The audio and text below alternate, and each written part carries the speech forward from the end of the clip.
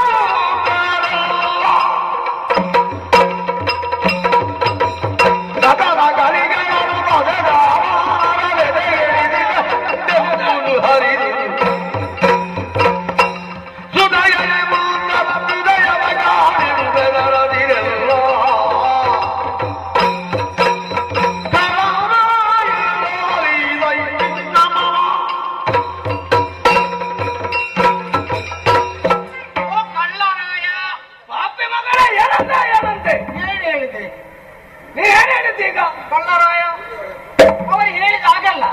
ಕಳ್ಳರಾಯ ಕಳ್ಳರಾಯರೇ, ಇದಕ್ಕೆ ಮುಂಚೆ ನಮ್ಮ ಸೇಮೆಯನ್ನು ನೀವು ಕಳಿಸಿಕೊಟ್ಟಿದ್ದವರಿದ್ದೀರಲ್ಲ. ಏನಂದ್ರೆ ಸೇಮೆ? ಸೇಮೆ ಅದು ಸೇನೆ. ಸೇನೆ ನರಹಂತಕ.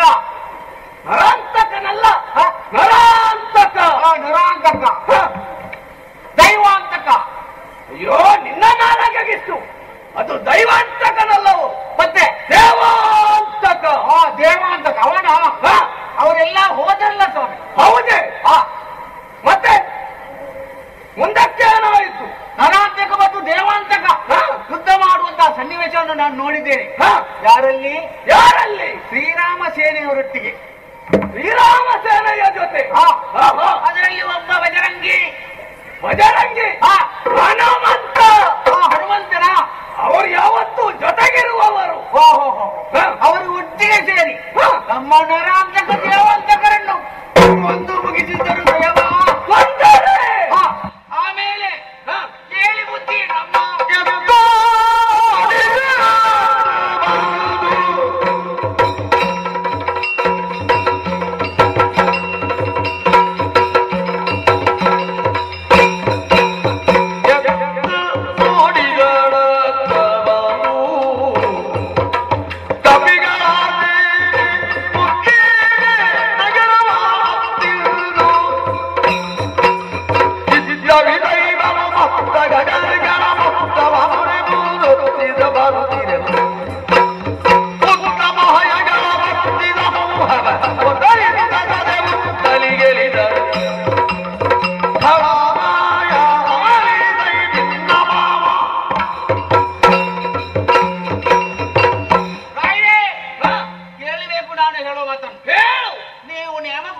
ನನಗೆ ಯಾವ ನಾಮವು?